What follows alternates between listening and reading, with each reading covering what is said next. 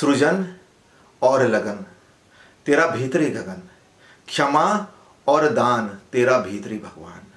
क्षमा और दान ये ईश्वर के गुण है, ईश्वरीय गुण है। और सृजन और लगन ये आकाशीय गुण है, विस्तारित होने वाले गुण है। 5 तत्वों के रूप में हमें ये गुण दिए गए हैं। प्रकाश है फैलाव तुझ में, अग्नि है दिव्यता, ज्ञान की रोशनी आकाश सी भव्यता। हमारे अंदर प्रकाश है, हम अग्नि के रूप है, इसलिए हमारे अंदर फैलाव है। चाहे कैसा भी हो, इच्छा का हो, आकांक्षा का हो, जैसा भी हो, पर फैलाव हमारे अंदर है। और अग्नि दिव्य होती है, तो चूंकि अग्नि के हम तत्व हैं, इसलिए हम दिव्य भी हैं। दिव्यता हमारे अंदर है, हाँ, हमें उजागर करनी है सृजन और लगन के द्वारा। ज्ञान की रोशनी आकाश से भव्यता, ज्ञान की रोशनी है। ज्ञान किसको कहते हैं? विवेक, समझ, बुद्धि, विचारपूर्ण काम करना, विवेकपूर्ण काम करना, मनसा वाचा कर्मणा से आप स्पष्ट रहना, यही तो विवेक है। और यही हमारी रोशनी है। और यही रोशनी हमें आकाश समान भव्य बनाती है।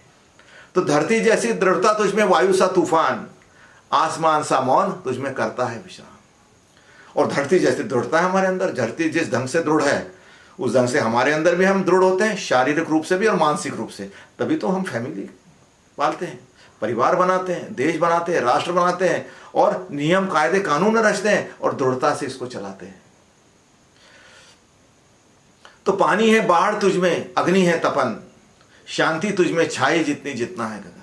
और पानी हमारे यहाँ जो अंदर का पानी है, शरीर का पानी तो आपको मालूम है, आंखों के द्वारा भी बहता है और शरीर को स्वच्छ करने का काम भी करता है पानी।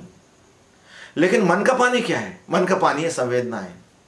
हमारी संवेदनाएं दोनों तरफ से बहती है। जब हम दुखी रहते हैं ना, तब भी आंखों से आंसू झरते हैं। जब हम सुखी होते हैं, तब भी आंखों से आंसू झरते हैं। भक्त अपनी भक्ति में आंसू ही झरता है, वही आंसू ही उसकी प्रार्थना होती है। और कभी भगवान के सामने जब हम किसी पीड़ा में रहते हैं, गिड़गिड़ाते हैं, तब भी हमारे सामने आंसू ही निकलते हैं, हमारे आंसू ही निकलते हैं। तो धरती जैसी दृढ़ता तुझमें, जल जैसा नमन, अग्नि जैसी तपन तुझमें आसमान समान। तो धरती जैसी जड़ता भी हमारे अंदर है, और साथ में जल जैसा नमन। जल क्या करता है? जहां भी डालो सबसे नीचे पहुंचेगा, सबसे नीचे की कगार पे जल पहुंचेगा। और जिस आकार का हो पात्र, उसका आकार ले लेता है। घमंड बिल्कुल नहीं है। नमन, झुकना, विनम्रता, ये हमारी तो गुण है। लेकिन क्रोध भी हमारे अंदर, कभी कभी काम करवाने के लिए क्रोध भी करना पड़ता है। कभी कभी ऐसा नहीं कि हर समय प्रेम प्यार से काम करता है, कभी कभी दृढ़ता और शक्ति लानी पड़ती है। तो अग्नि है तपन, सोना जब तपता है तब शुद्ध खालिस कहलाता भी है, और सोने को तपाकर ही तो ऑर्नामेंट्स बनते हैं। और आसमान समन, मन तो हमारा आसमान सा है। आस यानी जो कभी पूरी नहीं होती, जो फैलती ही जाती है, आसमान। अब ये हमारी आशाएं कभी पहले पूरी होती कहाँ है? हमारी आशा, एक आशा पूरी होते होते ही दूसरी, तीसरी, चौथी आशा उसके पीछे लग जाती है। हम देखते हैं एक पक्षी पकड़ेंगे आसमान का, उस पक्षी के पास हमारा हाथ जब तक जाता है, हमारे मन के अंदर 3-4 पक्षियों का भी और भी विचार आ जाता है, यार इनको भी पकड़ना है। तो अग्नि तुझमें जीवन है, प्रकाश है विवेक, साक्षी तू सबका, वायु तेरा वेग। बहुत महत्वपूर्ण सूत्र है ये कि अग्नि ही हमारा जीवन है। कहीं भी आप जाओ, आदमी के शरीर का टेम्परेचर होता है कुछ ना कुछ, तब वो जिंदा रहता है। टेम्परेचर नीचे गया शरीर का, आप चले गए। ठंडा होना यानी मर जाना। तो अग्नि जीवन है। और प्रकाश है विवेक। इस संसार में हम विवेक के द्वारा ही तो जिंदा रहते हैं। विवेकशील होकर ही तो हमने इतने नीति नियम कानून बनाए, हमने परिवार बनाए, हमने राष्ट्र बनाए, हमने न जाने क्या क्या बनाए, और चला रहे हैं विवेक के द्वारा। क्योंकि प्रकाश हमारे अंदर है, अग्नि के रूप में है, प्रकाश के रूप में हम हैं। और साक्षी तू सबका, वायु तेरा भी। और हम साक्षी हैं सबसे पहले। किसी भी जगत को यह उपहार नहीं मिला है साक्षी का। हम अपने जीवन के साक्षी हैं, हम पंचतत्वों के साक्षी हैं, हम दूसरे के भी साक्षी हैं यहाँ पर। और हमें मालूम है हम मरण धर्मा है। सबसे बड़ी बात, हम मरण धर्मा है। एक दिन हमको सब कुछ छोड़ के जाना है, इस चीज के भी हम साक्षी हैं। इसलिए सहज असहज गुणों का तू एक मिश्रण। शरीर तेरा सहज रहता, असहज रहता मन। तो इसलिए इस चीज के हम साक्षी हो जाते हैं कि शरीर तो हमारा सहज है, थोड़ा थोड़ा सा इसमें, मतलब बड़ा अल्प से, और बिल्कुल ज्यादा बिल्कुल नहीं होना, शरीर को बर्दाश्त नहीं करता, बीमार पड़ जाता है शरीर। कम भी नहीं होना, कम में भी ये बीमार पड़ जाता है। तो संतुलित चीज हमारे अंदर कौन सी है?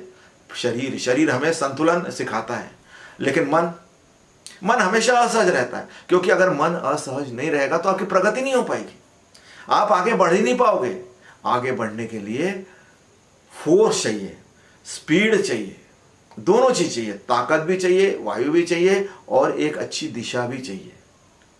तो इसलिए हम कहते हैं ना, मन में सब चीजें हैं आपके, हमारे शरीर में समस्त चीजें हैं जिसमें आप सृजन और लगन से अपना गगन देख सकते हो, और ये देखना ही चाहिए।